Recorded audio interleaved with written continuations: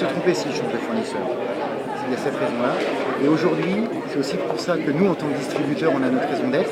Le langage est franc et direct, il parle de son métier avec passion. Patrick Mitchell a créé son entreprise de moyens d'assemblage pour l'industrie aéronautique en 97 à Oudan. Il compte aujourd'hui 23 salariés et vient d'ouvrir une filiale au Texas pour attaquer, dit-il, le marché américain. Une filiale dirigée par un salarié recruté il y a 4 ans à la sortie de son bac pro. Une belle success story à la française qu'il est venu partager avec ses élèves, souvent peu au fait des réalités du monde de l'industrie.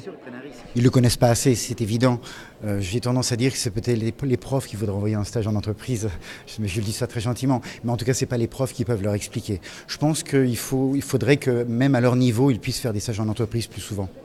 Raconter son expérience et faire aimer un secteur qui offre des emplois mais qui a du mal à trouver des candidats. Tout l'objectif de ces rencontres organisées à la CCI via le réseau Coaction. Toutes les filières recrutent plus ou moins selon effectivement les profils, les spécificités. Il y a beaucoup dans la mécanique qui est très recherchée, l'aéronautique. C'est les filières dans lesquelles il y a énormément de recherche aujourd'hui et des filières qu'embauche. Une vraie découverte en tout cas pour les 106 élèves reçus ce mardi. Ils sont issus de formations très différentes, seconde, professionnelle, terminale, section technologique ou même classe prépa.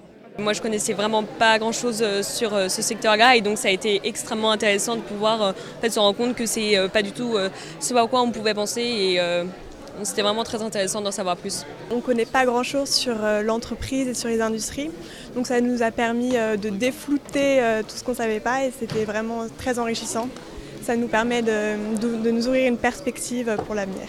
Pour eux, l'industrie, c'est l'automobile qui licencie, mais l'industrie, c'est plein d'autres métiers. C'est l'industrie du lait, c'est l'industrie du livre, c'est l'industrie de la cosmétique. Donc il y a vraiment sur notre territoire une richesse d'entreprises et de domaines qu'il faut faire découvrir à nos jeunes. C'est aussi en faisant pétiller des yeux et en plantant des petites graines que l'orientation se fait, que la réflexion sur ce qu'on va devenir peut se faire.